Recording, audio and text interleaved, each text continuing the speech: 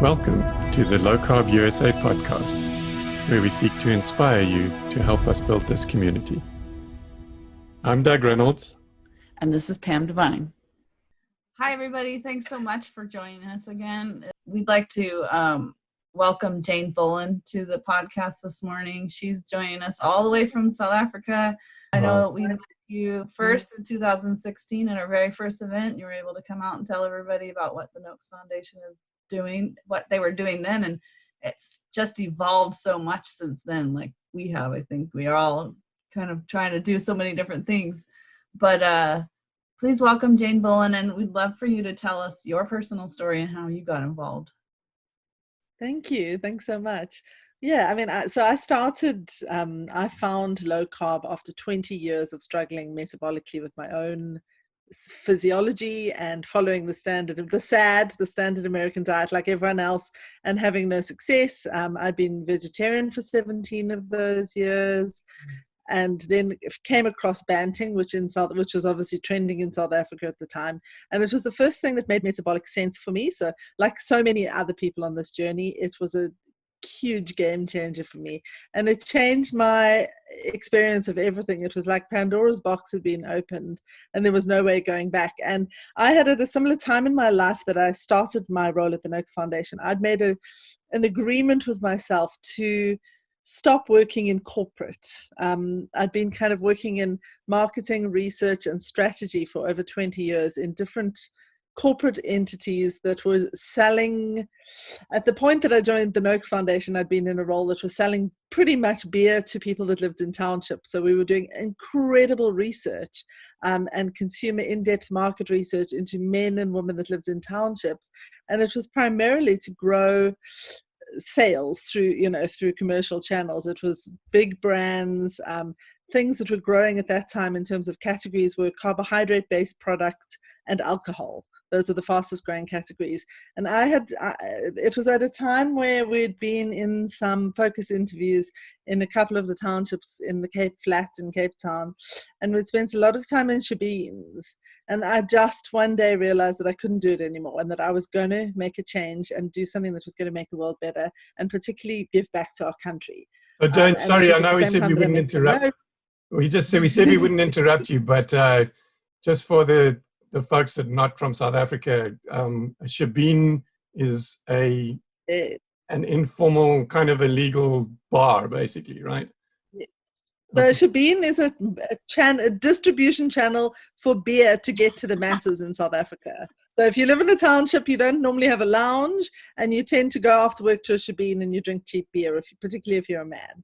So it's a huge, huge area. It's an incredible story, because what we saw was that people were spending up to 80% of their salaries within the first day that they received them on alcohol.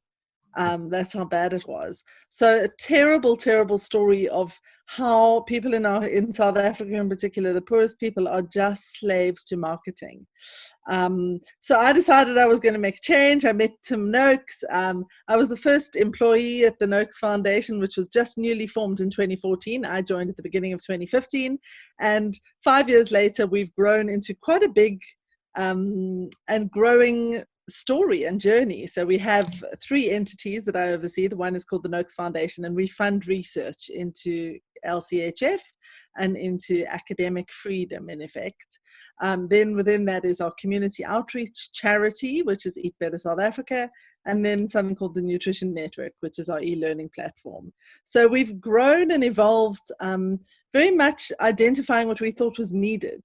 And what was necessary in our local market. So Eat Better South Africa came from looking at the research carefully.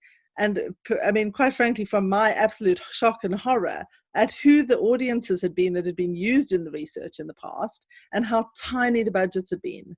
So I thought there were figures missing from the budgets when in my first week, started to look at how much money had been spent on nutritional research in the division, which was the Sports Science Institute, where Tim headed it up, and he was the founder. So he had a team of great researchers that were working on LCHF studies. But I mean, there were zeros missing from their budgets. And there were zeros missing from the sample sizes that they were doing the research on. And there were huge gender segments and diversity segments missing. And that was when we went very quickly and said, we have to better fund research into LCHF. This is like critical aspects of human biology and metabolism, and the research funds are so tiny that we're never going to actually be able to make significant changes or develop an evidence-based science around this. So that was 5 years ago. So since then, we funded 5 full-time postdoc researchers at the University of Cape Town, and we've grown into new areas since then. So we've established Eat Better South Africa as a standalone entity that really focuses in at people that are from underserved communities. And in South Africa, at that point where we started Eat Better South Africa, Banting or LCHF or keto or whatever you call it, was very specifically niched in this kind of upper middle class communities. So Tim Noakes was the flagship brand personality that had come out of the closet and said, I've reversed my diabetes, and it had been hugely successful. The Real Meal Revolution was the best-selling book, but there were very few to know people in the underserved communities, people that lived in townships, people that didn't have private medical aid, that actually even knew what it was. And they were the ones that don't get health care. So we felt that was the most important community to see if it worked on. And everyone said it's not possible. I mean, we know the story now, everyone said it's absolutely impossible to eat well on 15 Rand a day, which is around $1 a day. We said we're going to try it anyway. We're going to see what we can do. We're going to be creative. We're going to pull in people that have understanding of these different communities and try this out. And what we've done since then is we've evolved that into quite a robust research program that really actually looks at the sustainability of the programs we've run, and if this is something that is going to actually make community better. And that's always been at the kind of heart of the work that we do as well. Is it sustainable, and does it make people's lives better over the medium to long term? Or is it just something that we drop in and do and then they go back to their old habits? So we've been quite cautious. We've done it slowly. We've been creative with the way that we've applied it into different communities. And it's worked. It's proven our hypothesis correct that this diet works. It's what we all know, but it works for any kind of population if it's applied creatively and if it's modified to suit their cultural and dietary needs. So it's been a huge and amazing journey just to see the way that it's changed people's lives. And I know you've heard some examples from one of my colleagues, Asina Kaji, around actual patient experience, as a doctor, her experience of seeing the patients that have metabolic problems and that do need medical care. But beyond that, there's also, so in a typical intervention or program that we run, there are about 50 people that do it. And out of those, I would say between 5 and 10 are referred to a doctor. And they're the ones that are sick and that need to come off medication, and there's deprescription involved. The rest are just people that are there to lose weight, that are there to improve their health. And the results are unbelievable across both of those spectrums. So we see people's blood pressure normalizing within 1 to 2 weeks. We see them coming right down off their hypertensive and diabetic medication, and we see their lives change. And it's the most incredible gift to have this opportunity to really work with people and participate in their health changes. And they're particularly people who have never been on diets before and who have never been given the information before. They've just been focused on survival and on eating the cheapest foods. That's incredible. So, but this program and the Noakes Foundation work requires funding. And so that's what you guys started this thing called the Nutrition Network. There's 2 pieces to it, because first of all, it provides training, really high level training to doctors. Even down recently, you've put in a course for health coaches and stuff like that are not qualified medical practitioners, but they're going to do it. They're going to have their keto coaching course or whatever. So let's make sure that we provide them with the training so that they have what they teach the people that come to them is correct. But in the process of doing that, the fees that are paid for to do those courses goes to fund these different programs. And it was a really cool innovation, and it's proved to be very successful. So maybe, I know you're excited about it. So tell us a bit about how that's grown from the one physician's course that you started with to what it is now.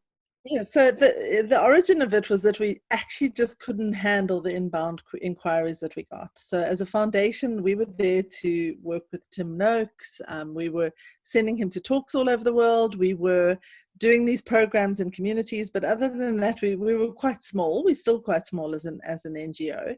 And we had a little list on our website of doctors that we recommended. And they were typically just South African local doctors and specialists that had come to us and said, I'm, knock, knock, I'm a low carb doctor. And it was when I went for kind of just out of, not for any health reasons, I went to see a cardiologist that was on the list. And I thought, oh, cool, there's a local cardiologist, he's low carb. I've never been to one, I'm going to go and have a checkup. And he spent the whole time talking to me about the Mediterranean diet and the low fat diet. And we ended up having not really an argument, but an interesting debate. And I went back and I was like, we've got to get this guy off the list. And then we started to look through the list and I started to say, hang on, how do we know that these people actually are LCHF and do they understand the science? And obviously what came from that was identifying a huge need to train local doctors. And we decided that we couldn't confidently refer patients out to doctors and GPs and specialists in our local community without knowing them and having a bit of a relationship with them and understanding if they knew the science. And that was when we sat down together with the medical team on the Noakes Foundation board and we said, okay, we're going to have to do some kind of a training. It's going to have to just cover the basics. We need to know. And we did it so that we had people to refer inbound patients to. So Prof Noakes was getting between 300 and 1,000 emails a week at that point, with people from, writing to him about their gout to actually asking him serious medical questions, which he couldn't answer because he wasn't a medical doctor. But he's, being the person that he is, he had a 3-year backlog at that stage where he was trying to catch up, like writing these really kind, supportive letters to people that had asked them about their gout 3 years before, because he really believes that he has to reply to everyone, even if it's 3 years later. So when we launched this first training, we had no idea who would do it, but we were very, very locally focused. And we thought we're going to finally have a group of local South African doctors that we can trust, that we can refer local patients to. And of course, what happened, as you guys know, and hence why we're quite close partners these days, is that the rest of the world took it on. And it went from being something that was intended to be quite local to something purely global. And that was a beautiful challenge to have. And it's still an ongoing challenge, of course, as a business, because we are only in English at the moment. We're about to launch 3 other languages this year, hopefully maybe 4, definitely 3 that are actually in the translation processes at the moment. So it's grown very fast. What it hasn't done is successfully change the local system around healthcare in South Africa. So we've got a very small, I think it's around 9% of our doctors and coaches that are on our platform are actually based in South Africa. And what we haven't done is what we set out to do, which is to look at how we're going to change this food system and the healthcare system. It's such a huge job. So what we're doing this year is we've just taken off our first scholarship program where we've funded about $20,000 worth of local and international people that work in underserved communities and that are going to actually take that work back to the communities that need it the most. And we're also about to launch a training program where we put about 300 coaches through one of our community safety NGOs that does incredible work training young men that are being rehabilitated and that are working in communities as police officers. So we're launching kind of a local infrastructural training now, but it's taken us 2 years of actually doing the work with doctors globally and taking this quite far and wide to actually come back to our local community and embed it here again, which is the job that we're all doing. Is we're looking at how to change this hugely complex food system and pharmaceutical driven healthcare system, and how to make it better, how to improve guidelines, and in effect how to make it more ethical, which is what we're looking at the moment with quite a lot of focus as the Nutrition Network, because we're going to launch our course on ethics in, I think it's just under a month. So it launches 1st of April. And we've spent quite a lot of time in the last couple of months looking at and focusing very heavily on what it means to be ethical in today's world as a doctor. And it's such a meaty, fascinating juicy piece of work that I'm so excited about it. I've been really lucky. I don't often come out from behind the camera lens and actually do lectures or anything like that. But for this particular module, what I've done is I've interviewed doctors and specialists in the area of ethics, and I've had conversations with them. It didn't feel appropriate for them to actually prepare formal lectures. So we've had very, very interesting and touching conversations around what ethics is in today's world for a doctor. And I mean, yeah, I can't wait to see that course. I think it's going to be awesome. Really incredible. It's really interesting because it's not just about diet. It looks really at, you know, the Hippocratic Oath and what it actually means to practice medicine, and the difficult choices that doctors have to make every day, which is around, a lot of it's to do with medication and invasive procedures. But it is, of course, it's got to do with, you know, do you prescribe, when a type 2 diabetic comes into your practice and they've never been diagnosed before, is it ethical to send them away with their pack of pills and insulin? You know, how ethical is that? Well, arguably, most of them have said, no, it's not. And, you know, what would be the ethical thing to do would be to give them a diet, to have a conversation with them, to get them onto a diagnostic platform where they're actually monitoring their glucose. So what we see through it is that how unethical medicine has become, you know, and that's a shock. Well, and I think that the format's going to be perfect, because having those conversations where you actually talk to the doctors about what they're genuinely experiencing and stuff, as opposed to them standing up and giving a lecture about what they should and shouldn't do from an ethical standpoint. I think that's very cool. And hopefully it does what we're all trying to do, and that is get through to more doctors that they should be considering this as an option. No one can deny it anymore, that it is at least a valid option to be considered and offered to patients. And I've said it before, I believe that a doctor who refuses to acknowledge this or offer it to their patients is actually guilty of malpractice. That's my opinion, you know. And I think if there's one thing I've got from this round of interviews that I've done with these doctors, is that doctors are quite scared. You know, if we look at what Tim Noakes went through, and a couple of other guys like Gary Fetka, and there's a lot, I think the list is growing, but Tim didn't have anything, I'm not going to say he didn't have anything to lose, because he had a lot to lose and he lost a lot through the process. But at the time, he wasn't a practicing doctor. He was a couple of months off retirement. He was an emeritus professor at his university, and that he's never going to lose that. And he's an A1 rated scientist. So he came from quite a strong place. And when he stood up for his beliefs, which was that he felt that it would be unethical for him to revoke his statement around LCHF and for him not to talk about how he had reversed his diabetes, he was targeted and people tried to destroy him.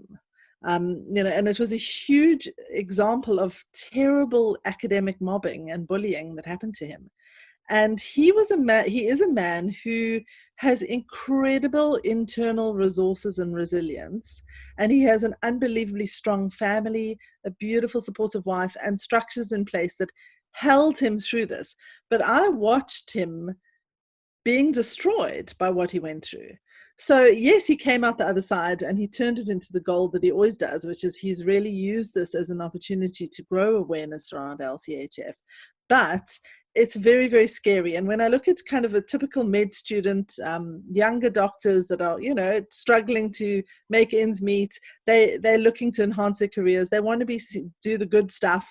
They are not going to, at the moment, with the current circumstances, come out and say, this is how things should be done.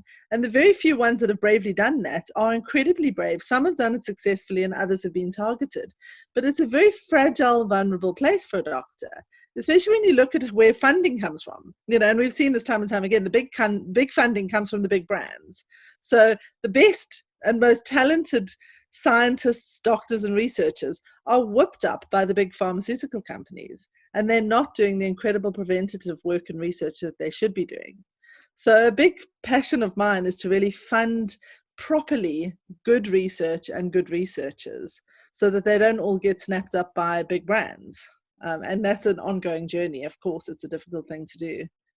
Yeah, but like you said, that the Nutrition Network is helping a lot with that now, in terms of creating a funding stream that can help you to generate the funds to be able to do this.